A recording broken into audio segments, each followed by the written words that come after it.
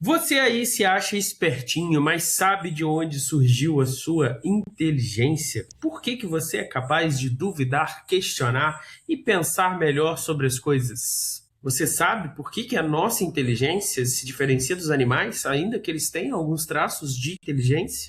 O professor Humberto Schubert, no capítulo do seu livro, vai tratar exatamente desse tema, pré-história da consciência, e vai nos levar por um passeio pelos 4 tipos básicos de inteligência de nossos antepassados, os hominídeos, e mostrar para a gente como é que eles desenvolveram e aperfeiçoaram essas inteligências até chegar em nós, os Homo sapiens.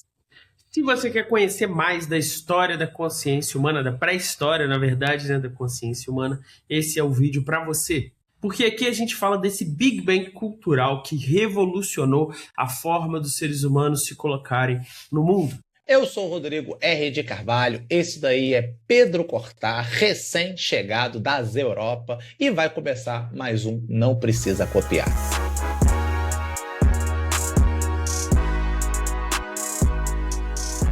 Em nosso primeiro vídeo, falamos sobre a introdução do livro do professor Humberto Schubert Coelho, sob o título Um Pensamento Crítico, História e Método, da editora da UFJF, que está aí, como o Pedro falou, livre de graça para vocês baixarem, e não é pirataria, O Humberto disponibilizou no um link na editora. Eu não falei nada, você é o primeiro a falar. Como assim? Você que começou falando, você falou que o Pedro falou, não falei nada. Você falou no outro vídeo, filho. Essa piadoca que você usou no outro vídeo, que não é pirataria. Para de palhaçada e começa logo o vídeo. Aí agora a introdução vai ter que ser essa.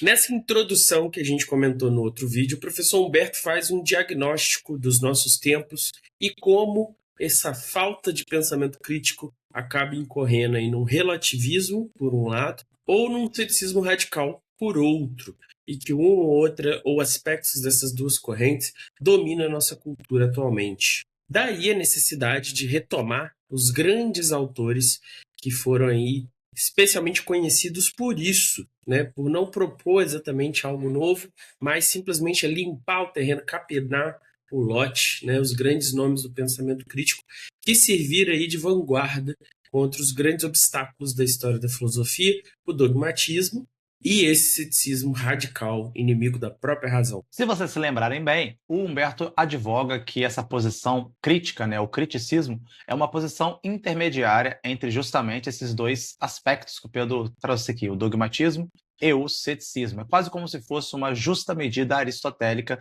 entre esses dois vícios do raciocínio humano. E no capítulo de hoje, nós vamos fazer uma pré-história da consciência humana e mostrar a partir dos estudos do professor Humberto como se formou essa consciência e qual é a relação muito próxima, íntima, entre o desenvolvimento do pensamento crítico e a formação da consciência.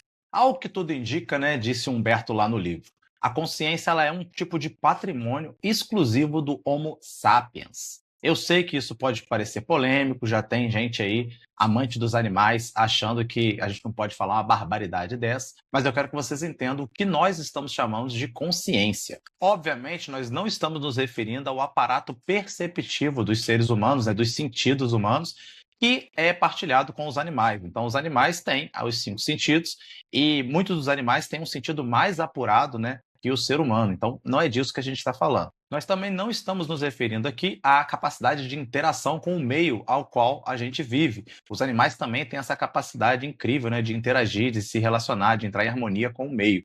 Então, nós não poderíamos estar nos referindo a isso também. E tampouco, para a surpresa de vocês, a gente está se referindo à inteligência, porque é fato que os animais também partilham conosco essa inteligência, em maior ou menor grau. Quando nós falamos de consciência, nós estamos falando de uma capacidade específica. É a capacidade da mente de julgar e avaliar a si própria. E isso, para ser feito, exige um grande poder de abstração. Então, sublinhe aí na sua mente esse conceito que é importante. Abstração. E aí, para explicar isso, o Humberto vai fazer uma arqueologia cognitiva do Homo sapiens. Então, vai mostrar através de pesquisas arqueológicas os desenvolvimentos da capacidade cognitiva dessa espécie. E para ver com maior discernimento a diferença nesse desenvolvimento dessa consciência, a gente vai passar então por vários hominídeos diferentes até chegar no Homo sapiens, que deu origem a nós. Se baseando em vários outros estudos, né, Humberto chama atenção para o fato que os antropóides primitivos, nossos longínquos parentes aí, conseguiram desenvolver 4 formas básicas de inteligência. Só que, obviamente, nessas formas básicas que os animais muitas das vezes têm, foi evoluído num nível muito, muito mais elevado do que dos demais animais. Então, vamos a essas capacidades que ilustram, né, esse desenvolvimento do ser humano. Fala primeiro aí, Pedrão. Nossos antepassados tinham consciência do que eram seres vivos, então eles sabiam distinguir seres vivos de coisas, de minerais, de pedras. Eles entendiam que, tal qual eles, os seres vivos cresciam, sentiam e morriam. E como o Pedro já adiantou, né, a segundo tipo de inteligência é perceber justamente que além desses seres vivos, existem também as coisas não vivas e que elas não tinham aquelas capacidades, né, que o Pedro acabou de citar. E por isso se podia fazer deles um uso mais instrumental, né, tratá-los como objeto que são. Eles eram capazes também de observar padrões na natureza e fazer usos desses padrões. Então, o fluxo dos animais, os padrões da chuva, variações no clima, sazonalidade de certas plantas, de certos eventos. Como vocês podem imaginar, tudo isso foi fundamental para a sobrevivência da espécie humana. E por fim, né, o 4 tipo é aquele que diz respeito à vida em comunidade. Então eles eram capazes de alto nível de complexidade no que diz respeito a essa interação. Eu sei que para a gente pode não parecer muito complexo, né, olhando em retrospectiva, mas comparado com os outros animais que também se organizam de maneira coletiva, é de se espantar que eles eram capazes de coisas como gestos comunicativos, divisão do trabalho, hierarquia social em alto nível de complexidade. Isso que a gente acabou de apresentar corresponde à teoria dos 4 tipos de inteligência do Stephen Mitten, no livro A Pré-História da Mente, que é uma das fontes do Humberto. E o Humberto vai justamente pontuar que, apesar de muito interessante ver a aquisição dessas capacidades através da história, né, da pré-história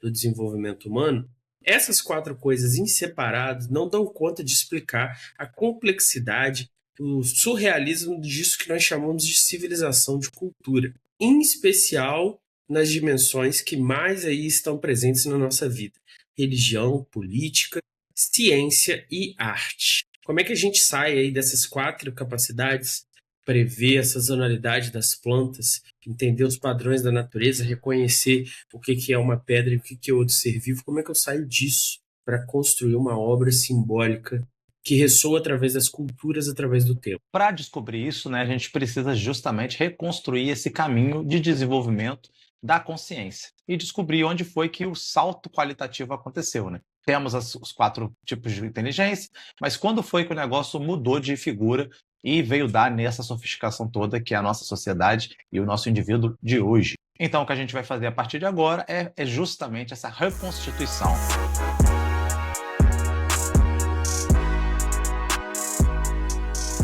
Pedro Cortal, o nosso ouvinte agora, o nosso telespectador, tá olhando e falando assim: que episódio maneiro, que vídeo incrível, como que eu apoio para essa galera parar de trabalhar tanto no estado de Minas e começar a fazer mais vídeos? E aí, quais são as formas que ele pode contribuir para o Não Precisa Copiar? A primeira forma de apoio é gratuita, que é o apoio socrático kantiano, reconhecendo que é nosso dever moral divulgar o conhecimento. Você pode simplesmente contribuir compartilhando para ele alcançar mais pessoas. Mas se você tiver um cascalho sobrando, você pode tanto contribuir no Pix nprecisacopiar@gmail.com, que é uma forma aí mais caótica, ou mais ordenadamente, de 2 níveis diferentes. Quais são eles, Rodrigo?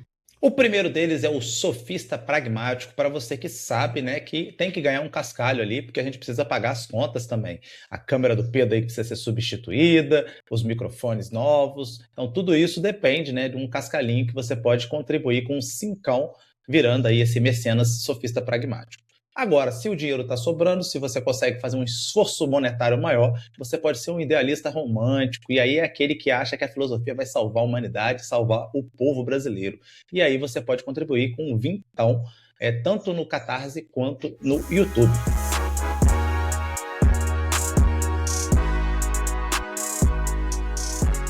Como dissemos, a primeira forma de inteligência é uma espécie de biologia intuitiva. É a parte da nossa consciência que lida com as coisas vivas. as reconhece como coisas vivas e oferece a elas um tratamento específico justamente por serem coisas vivas. De acordo com o Mitchell, esse tipo de inteligência ele é essencialista, ou para agradar o Pedro Cortá, né, platônico, pois ela se foca justamente nessa essência, então na totalidade de um organismo. O exemplo dado por ele é o seguinte: mesmo que a gente defina um cachorro como um quadrúpede que late, ao encontrarmos um cachorro com 3 patas e mudo, nós o identificamos automaticamente nessa sua essência, nessa totalidade de cachorro. Usando esse mesmo tipo de inteligência, crianças muito novas, mesmo reconhecendo diferenças entre uma sementinha e uma plantinha, conseguem entender que aquilo ali se trata do mesmo ente. Quem aí não tem aquele saudoso experimento, né, de você colocar o feijãozinho no algodão e ver ele brotar? Pô, saudade disso aí, foi muito legal. Já o segundo tipo de inteligência, podemos denominá-lo de a física intuitiva. Ela apresenta ferramentas distintas para tratar de objetos não vivos, né, como nós citamos. A consciência ela reconhece que esses objetos não demandam cuidado para que continuem vivos. Esses objetos também não são ameaçadores e nem amigáveis. Você não faz esse tipo de juízo de valor sobre esses objetos. Eles não sofrem grandes mudanças a partir de si mesmos também. Tudo o que acontece com os objetos vivos. Isso permite que os hominídeos primitivos desenvolvam suas habilidades utilitárias com esse tipo, essa classe de objetos. E a nossa mente pega um pedaço de pedra, um pedaço de madeira e já consegue perceber que ela pode fazer vários usos diferentes dessa coisa. Então, eu posso transformar isso num apoio, numa arma, num instrumento de caça. Consigo diferenciar as propriedades entre elas. Então, uma dessas coisas, né, a madeira, pode ser usada para fazer fogo, já a pedra não. E mesmo sem entender a física e química da coisa, ela consegue fazer essa diferenciação e saber que é uma diferenciação essencial entre a madeira e a pedra. Depois a gente vai descobrir, né, que é a química da coisa, e aí junto com a troca de calor é que faz uma ter essa habilidade e a outra não. Mas isso aí não era necessário para os hominídeos. Então eles só têm uma noção de que, olha, isso aqui não faz fogo, isso aqui faz fogo. O terceiro tipo de inteligência, se vocês bem se lembram, é aquela que a gente pode chamar de inteligência naturalista ou ambiental. Ela consiste na capacidade dos hominídeos de compreender o seu macroambiente, então medir a temperatura, o vento, ver os tipos de períodos, momentos específicos que você pode plantar, que você tem que caçar certos animais, que você pode recorrer à sazonalidade de certas plantas, os períodos propícios para viagens e diversas múltiplas tarefas ali que dependem de você avaliar esse macroambiente. Como vocês podem notar, isso é absolutamente diferente dos outros animais, né? Os animais, no geral, têm, para dar solução a esses problemas, o seu automático instinto. Então, ele não precisa se preocupar em refletir sobre essas coisas. Se ele for um animal noturno, ele vai ter, né, essa característica de animal noturno e toda a sua biologia vai trabalhar de noite e não de dia. Se ele precisar se proteger do inverno, ficar inativo no inverno, ele vai ter um dispositivo natural de hibernação e assim por diante. Então, a natureza e o instinto resolvem para o animal essas questões. E no ser humano, isso vai se dar através desse tipo específico de inteligência. A falta desse comando tão claro e tão poderoso no ser humano permitiu que ele desenvolvesse outras formas de inteligência para resolver os problemas. Então, enquanto o gatinho nasce lá já com hardwire na mente dele lá para ele dar chutinhos e brincar de guerrinha para aprender a caçar, o ser humano tem que usar sua inteligência para descobrir como fazer as coisas. Como sobreviver em estações que têm ciclos diferentes de clima, de águas, como adaptar minha dieta num período de seca ou num período que a comida é diferente, então estou acostumado a comer uma coisa, mas agora só está disponível outro tipo de coisa. Como produzir ferramentas que facilitem minha sobrevivência. Só que aqui ainda essas inteligências estão isoladas, são 4 coisas separadas. E o ser humano vai cruzar essa barreira. E é aí justamente que a gente vai ter essa grande revolução cognitiva. De acordo com o Pedro falou, então justamente quando, né, que acontece esse cruzamento entre esses 4 tipos de inteligência que ainda são usados de maneira isolada. De acordo com a teoria do Mitchell, nem o Homo habilis e nem o Neandertal tinha conseguido fazer esse cruzamento dos tipos de inteligência. E é justamente por esse motivo que a gente não encontra vestígio, né, deles produzindo ferramentas com ossos. Uma coisa muito comum entre os Homo sapiens. A tese é que, como essas inteligências ainda estavam incomunicáveis entre si, um pedaço de outro pertencia justamente ao reino da presa, ao reino dos seres vivos. Então a mente ela não reconhecia aquele item como um objeto pertencente ao reino dos objetos. Então um osso era uma peça animal e não um objeto para ser ali instrumentalizado. A biologia intuitiva e a física intuitiva não estavam se comunicando ainda nesse momento. E com isso a gente não quer, em momento nenhum, diminuir esses hominídeos anteriores, como os neandertais. Descobrir que existe uma diferença fundamental entre um pedaço de madeira e um pedaço de pedra. Que o pedaço de madeira pode ser usado para fazer fogo e o de pedra para fazer uma arma de pedra lascada. É um feito impressionante, sim. E é um salto qualitativo de inteligência incrível em comparação aos outros animais. Humberto vai citar um achado arqueológico em Shanidar, no Iraque, que é uma pessoa que, quando foi morta, né, e ficou preservada ali, tinha uma parte do corpo completamente destruída, os ossos quebrados, só que os ossos não foi imediatamente depois de quebrar esses ossos que ela morreu.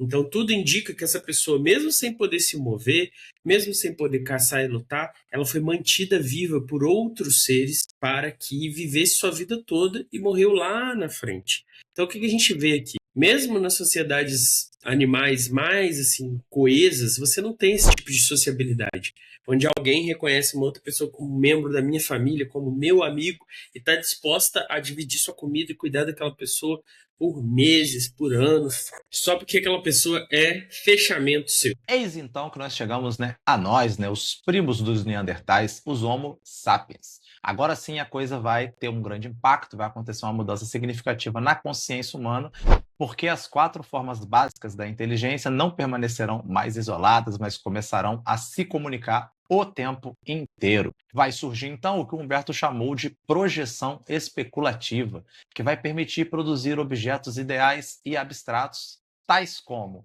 atividades sociais como festas, pensar em solstícios, em eventos culturais. Os seres humanos aqui vão começar a desenvolver vínculos sentimentais e psicológicos, tais como a amizade, que vai ser realizada tanto com outros seres humanos quanto com animais, como cachorros. Eles vão produzir também regras sociais, regras de comportamento, e, é claro, objetos artísticos. Então, percebo que tudo isso aqui jamais seria possível com os hominídeos anteriores que não eram capazes de cruzar essas formas de inteligência. Então, para o Mitzen, nasce simultaneamente aqui a ciência, a arte e a religião. Esse é o verdadeiro salto da cultura que vai desaguar na gente. Agora nós não temos mais inteligências fendidas, separadas, mas uma inteligência sintética que une tudo isso e consegue fazer 1001 coisas, porque não se trata só de uma soma de inteligências, então a gente faz 4 vezes mais coisas, não. Conforme essas inteligências se unem numa só coisa, isso amplifica infinitamente a capacidade da consciência humana. É o que o Humberto vai chamar de um Big Bang cultural, ou seja, aqui nasce todo um universo simbólico que não existia antes. Então, entendo, quando a gente vai lá e acha uma estatueta de madeira de homem com cabeça de leão, isso não é uma parada trivial. O ser humano parou de apenas tentar ali copiar, compreender o mundo e passou a espiritualizar o mundo, criar o seu próprio mundo, imprimindo na natureza conteúdos da sua mente. Então, estava lá o hominídeo, parou, olhou e falou assim, pô, ia ser muito maneiro que eu tivesse uma cabeça de leão. E aí ele consegue materializar essa ideia num pedaço de madeira. Isso vai acabar marcando um longo processo de subjetivação da consciência. Então guarda isso aqui também, que isso aqui é importante. Ele vai se desprender pouco a pouco dessas amarras objetivas da natureza e sobre essa natureza ele vai tecendo esses fios que nós chamamos depois, batizamos de cultura. Esses fios absolutamente subjetivos e simbólicos. E o ponto dele é que arte, técnica, religião e política só são possíveis porque existiu esse processo de subjetivação. Nossa consciência passou a ser capaz de pensar abstratamente. Então eu não preciso mais simplesmente reagir às coisas que acontecem. Eu não preciso mais, tal como um cachorro instintivo, latir quando eu ouço um barulho. Não. Eu posso agora conceber como o mundo deveria ser. Eu posso olhar para uma situação injusta e pensar, as coisas não deveriam ser assim, as coisas deveriam ser de outra forma. Então, pouco a pouco, a gente vai substituindo esses gestos diretos de sinalização, de proibição, essas manifestações de desejos, por gestos simbólicos, por rituais e por convenções utilitárias e complexas. A vocalização emotiva, ela dá lugar ao surgimento simbólico das palavras e da linguagem. O espaço geográfico deixa de ser desenhado ali segundo características naturais e passa a ser desenhado e construído segundo questões culturais. Então, locais sagrados para o culto, cemitérios, pontos de encontro, eles vão, essa coisa subjetiva e simbólica, vai passar a organizar o espaço geográfico físico. E tudo isso tem a ver com o que, Pedro Cortar? Tudo isso tem a ver com a capacidade do ser humano de idear e de realizar aquilo que ele está visualizando em sua mente, através da técnica artística de molda, do barro ou da forja de metais. A noção de fundo da consciência que coloca um ideal regulativo através do qual nós agimos e mudamos o mundo que existe. E isso vai ter consequências linguísticas também, Rodrigo. Quais são elas? Linguisticamente, nós nos tornamos capazes de produzir substantivo, adjetivo, entender a temporalidade do verbo, distinguir plural e singular. Isso pode parecer trivial, mas esses são universais linguísticos presentes em todas as culturas e em todas as línguas. E sem essa capacidade seria improvável imaginar que nós um dia seríamos capazes de merecer a alcunha de seres racionais e conscientes. Humberto vai chamar a atenção para o fato de que as primeiras civilizações que a gente pode chamar assim de civilizações realmente, elas tinham algo em comum. Que é esse algo? Todas elas tinham algum monumento, alguma coisa feita que não tinha utilidade. Como assim? Não era algo como, por exemplo, um arco ou uma oca, que é feito para você caçar, feito para você morar. Não é algo como um sistema de irrigação, não é algo como uma canoa, que é feito para você aproveitar as águas ou para você navegar os rios. Não, era algo sem propósito, mas não sem sentido. Esses monumentos, como por exemplo um obelisco, vamos pensar assim, ou um zigurate, ele não tinha nenhuma razão biológica de ser. Então ele não estava alimentando ninguém, ele não estava protegendo ninguém da chuva, ele não tinha nenhuma serventia nesse sentido físico, nesse sentido natural. Mas, simbolicamente, abstratamente, aquilo ali era o símbolo do poder, por exemplo, ou era uma referência ao sagrado. Então aquilo ali tinha um outro sentido, um sentido que ia além da utilidade e da mera sobrevivência. E isso é tão forte, né, Pedro, que impacta até a questão ética, né? A figura do herói, por exemplo, na antiguidade, ele marca esse tipo de abstração que você descreveu aí, né? O centro da existência do herói antigo é algo sempre subjetivo, é algo sempre simbólico. Então ele sempre está disposto a morrer heroicamente pela lei, pela verdade, por Deus, pela pátria. Então todas coisas que não têm objetividade nenhuma, são abstrações simbólicas e subjetivas. Como vocês podem notar, então, né, tudo isso vai promover uma revolução do ponto de vista da sociabilidade, que é exatamente o que a gente vai ver no próximo bloco.